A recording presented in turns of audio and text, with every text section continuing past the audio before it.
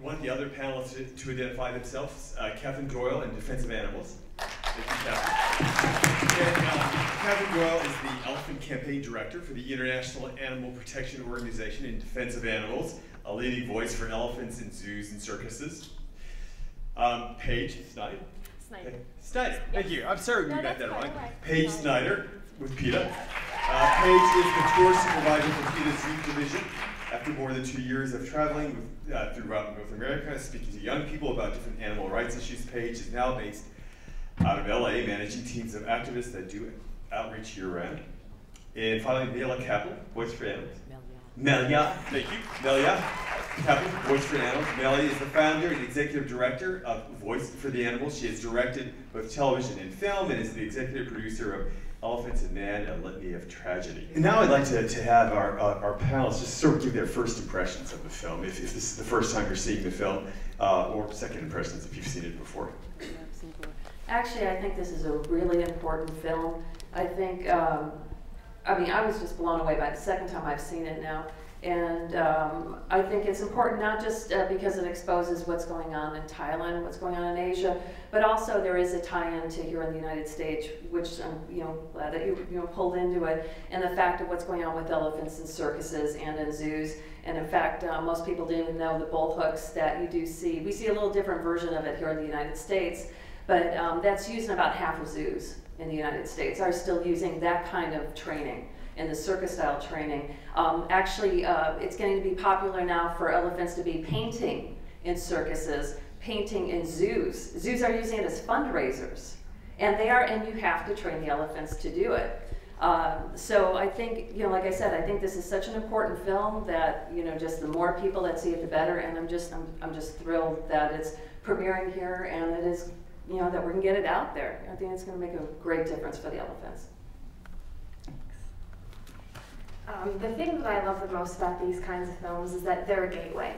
If you allow them to, they absolutely just change your world, and not just in terms of animals and entertainment. We all had the opportunity today to be exposed to animals that are beaten and forced to perform under threats of violence. But if you allow yourself, you'll also be exposed to the animals that are, anally and vaginally electrocuted to be the fur coat on your back. You're exposed to, the animals who have their throats slit while they're still fully conscious to end up on your plate. And none of those things have to happen for any of us to survive, in this day and age. So it's just so important for these kinds of things to go on so that people have the opportunity to just open their minds, open their hearts, and take this film into their everyday lives and live it fully.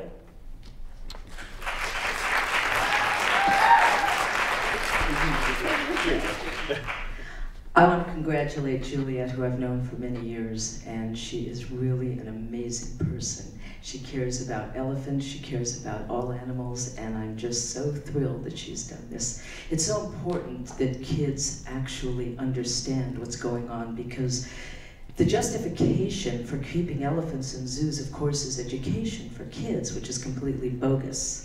And to see somebody of Juliet's age get so involved is such a great role model for other kids, as Lee said, to get off the couch and do something. That's really important here at the LA Zoo. As you know, they're building a new exhibit for $42 million, which is completely insane given the fact that our city is going broke. And they're going to breed elephants, and they're bringing in 11 elephants. I don't know if you people know this, but I would say start by boycotting the LA Zoo. That would be the first thing. Same thing with Ringling or any other circus that use animals of any kind, especially elephants. They get similar, if not worse, treatment that you guys all saw here today. The bull hooks, beating, starvation, limited to no vet care at all. Boycott them, and tell anybody that will listen to do the exact same thing.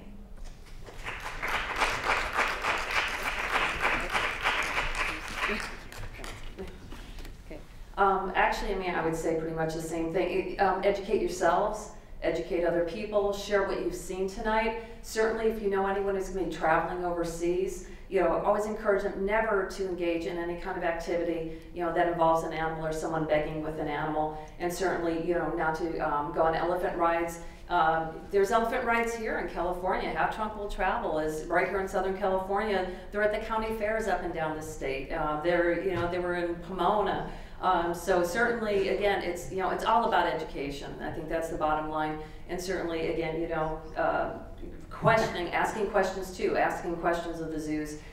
Definitely, boycotting circuses. And yeah, and again, just share what you've seen tonight. I think this film is so powerful. And I mean, I have to thank you all again, because it's just, like such an important, amazing film.